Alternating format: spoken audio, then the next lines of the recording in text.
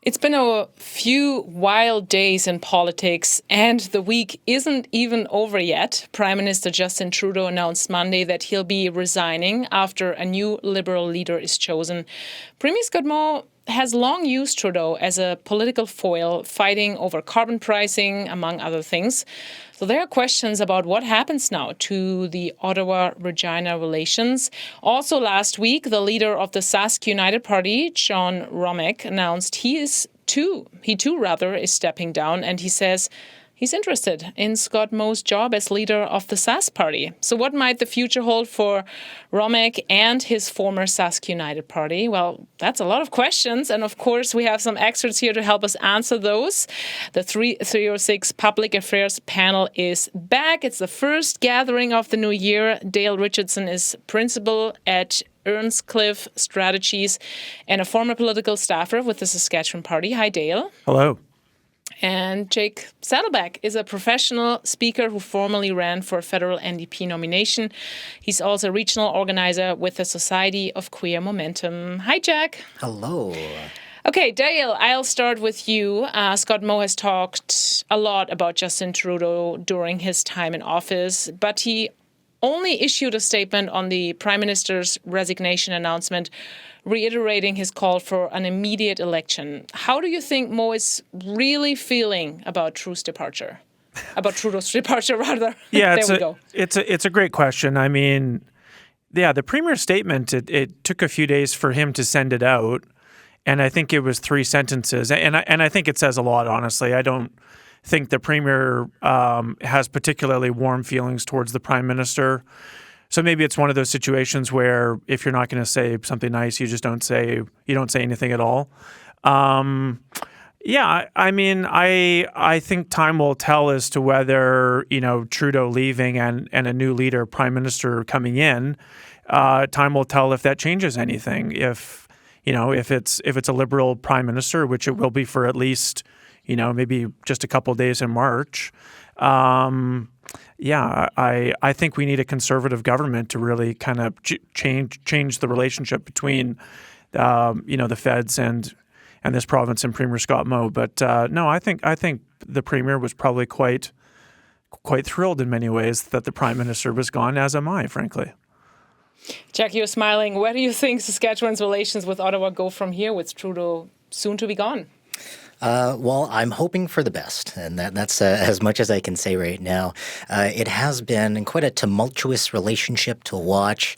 Like a bad breakup has been happening for years now, and they just finally got to the point where it is now time to part ways. With that being said, I do agree with Dale here when it comes to the relations with a Conservative government will certainly change the landscape here in Saskatchewan. My worry, however, is some of the policies that will come into play should a Conservative government be elected, which unfortunately, if we're looking at the realistic aspects of politics right now, that seems to be the way that Canada is going to be going. But right now, the Saskatchewan federal relationship, as we move forward with a looming federal election, it's going to be the same old until things actually change with a new government. And that's interesting. You're both saying, relationships will be better if a Conservative federal, government comes in Canada. It will happen. But Dale, I'm wondering though, it seems like it's always been good politics for Saskatchewan premiers to point to Ottawa as the cause of many of its problems. Now, if the polls are correct and Canada elects a Conservative government, what do you think the issues will be then? Well, I think the problem with the Trudeau government was not so much that it was a federal government. It's the policies that they brought in. The carbon tax, the Trudeau carbon tax, is probably one of the worst policies that has faced this province in Western Canada in the last 30, 40, maybe even 50 years. Government policies really make a big difference and play a very big part. That's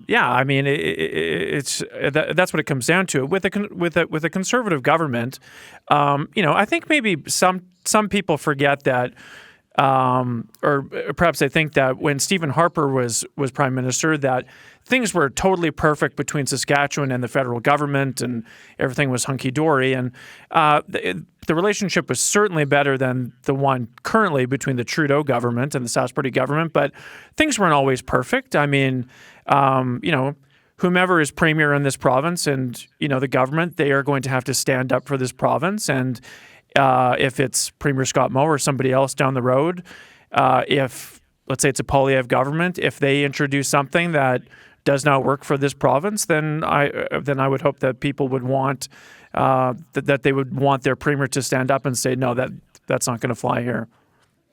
Jack, I'm curious. So, how much do you think it might have benefited the Sask Party in a way to have the Liberals as a party that say we're not fans of, and to be able to point to Ottawa a lot and be like, well, it's their fault? Well, it certainly didn't deter their popularity, we'll put it that way. I find with the theatrics of politics, it is easier to be able to gain that momentum when you do have a clear, quote-unquote, enemy, that being, quote-unquote, the federal government at that point in time, to be able to point at all of the misfortunes that are happening in our province. But at the same time, we also have to recognize that the misfortunes that are happening have happened in our province do come from the direct actions that this current government, our past government, now current government, had put into play. So, as much as we want to point fingers, sometimes you got to point the finger at yourself and say that this, unfortunately, was a decision that was not necessarily the best. And as we look forward to this federal election coming up, I am curious on how the Saskatchewan government, and more specifically Moe, is going to be able to step on a hard line at times with a potential Conservative government, which will eventually make decisions that will not be in the best interest of our province. All right. I want to look even further. We're talking national politics. I want to look even beyond that a little bit. A group of premiers will be heading to Washington soon to try and persuade Donald Trump to back away from his tariff plan.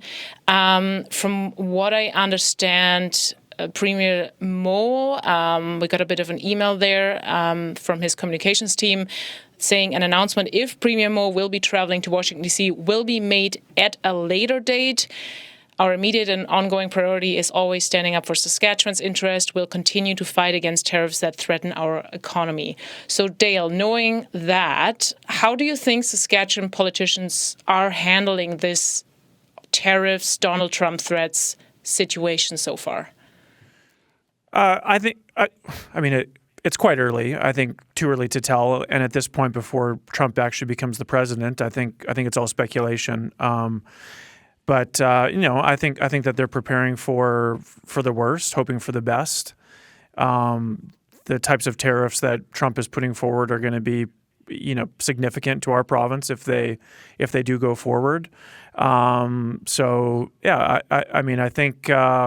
think unfortunately, because of all the turmoil federally, with the Prime Minister, I think that the premiers have had to take up quite a lot of slack on this. Premier Doug Ford, he's been doing American news seemingly for weeks now. He's going on Fox News and doing quite well. I think he is really trying to tell the best story for Canada that he possibly can, and doing so at a time again when the Prime Minister, he seems to be having some other challenges at the moment. So it's difficult. I don't think it's great that the Prime Minister is on the way out. There's going to be 6 or 7 cabinet ministers that are going to have to drop out of cabinet to run for the leadership federally. So, I think it's a difficult time, but the premiers, I think, are doing very well.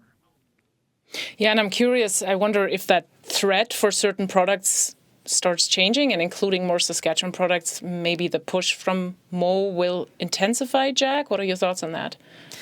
I want to kind of switch gears here and focus a little bit more on the human rights aspect that's going to be coming into play as we look at this American government. We have a number of human rights concerns that are taking place specifically for, and I'd be remiss if I didn't bring this up, for our trans and to us LGBTQ communities with American politics. It certainly does leak up here in our province. We have seen that even the Saskatchewan government has taken unfortunate steps to pull back on some of the progressions that have happened for trans rights. And as we see with Trump and his incoming government, that they are going to be pushing even harder for more anti-trans policies, legislation, laws, and repealing many of the human rights aspects that have come in over these recent years. And I do worry that that is going to have a direct impact on what's happening here in our province.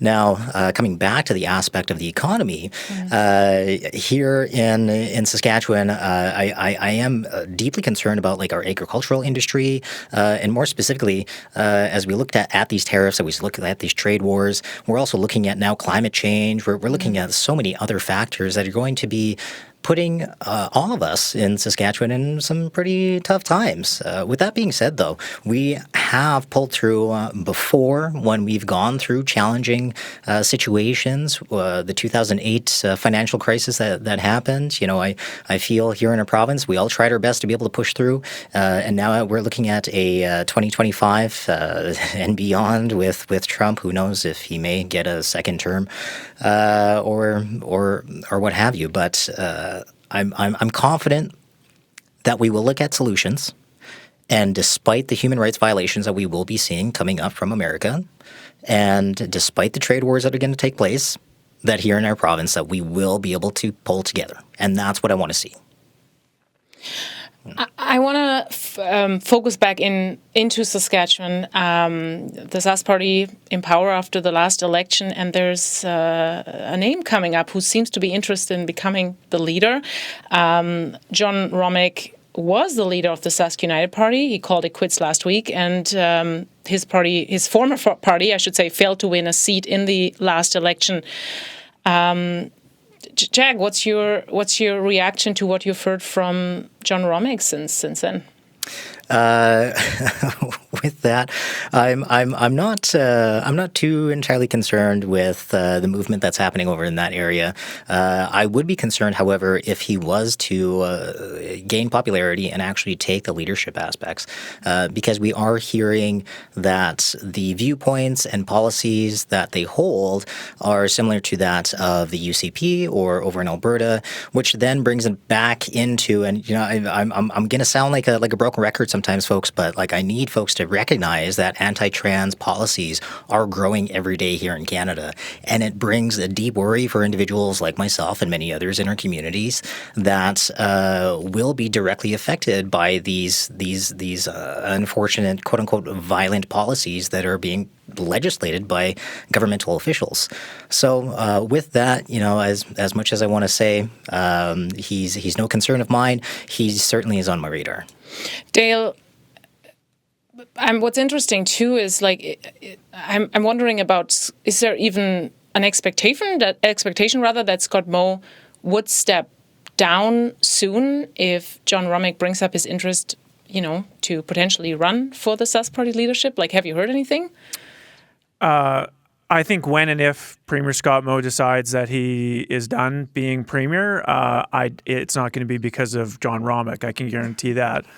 Kind of like what Jack said, I think the Premier spends very, very little time thinking about Mr. Hromek.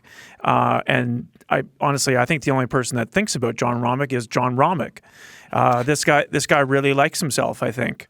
It was some interesting news that he ditched his former party, which he kind of took over because he donated $200,000 to that party. He kind of named himself leader.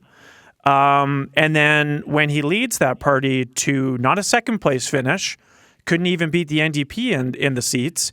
His party came in third. He decides, you know what? I've got a great idea. I want to run for the Sask Party leadership. So this guy really thinks a lot of himself. I don't think Sask Party members, if and when we get to the next leadership campaign, I don't think Sask Party members are going to take very kindly to this guy. Sask Party members historically, they like people that can win. Mr. Hromek has won nothing. As I said, he got second in his by-election 2 years ago, and he led his party to an amazing third-place finish this fall. So, no, I don't think he's going to go anywhere. And if he does, I will be joining many other senior people in the Sask Party at doing our best at stopping this guy. Briefly, Dale, what do you think is the future of the Sask United Party now? It's dead, I think. Yeah. Mr. Hromek, as far as I can tell, he was the main funder for that party. I think he was the guy keeping it going. But again, he was such an amazing politician that he was able to lead that party to an incredible third place finish. So yeah, he really has a top-notch resume to think that he can be the leader of the Sask Party. So I think Sask United is done, and I would be very surprised if Mr. Hromek's political career goes any further. Before I let the two of you go, I'm going to ask you both, Jack, starting with you, what will you be watching for the year ahead in Saskatchewan politics? Well, for the year ahead, I'll be looking at the international relations that we're going to be seeing with the province of Saskatchewan and this looming trade war that may or may not happen. But as Dale had alluded to before, a lot of times what we're seeing with Trump, as we've seen in 2016, is he's all lip service. It's a lot of flapping of the gums, as they may say. So as we go on, I want to be able to ensure that the province of Saskatchewan is at the top of mind, regardless about whatever government that is in place in our legislative building. And the other things that I'm going to be looking at are what is going to happen with our agricultural industry. I think we have some grave concerns that need to take place and some serious considerations about climate change and what has happened over these past few years and what we're going to be seeing with increasing forest fires and so on. And the last thing that I'll be looking at is the incoming social support networks. We are going to be coming into a tumultuous time for our economy. So folks are going to be in a hard spot. So how can we help each other out? Dale, that only leaves you with 30 seconds. What are you watching in the year ahead? Well, we kind of touched on it before, but I do think a big question is if the Poilievre Conservatives, if they do win federally, how does the Sask Party government, how do they change their strategy to that government? Because as we talked about, it's been almost 10 years of using the Trudeau Liberal government as a punching bag, and so how do Premier Scott Moe and the Sask Party, how do they adapt to that? Dale, thank you so much for your time. I really appreciate it. Thank you. And Jack, thanks so much to you. Thank you. Jack, Saddleback, and Dale Richardson make up our public affairs panel here on the 306. If you have any thoughts on what you just heard, send us an email, the306@cbc.ca.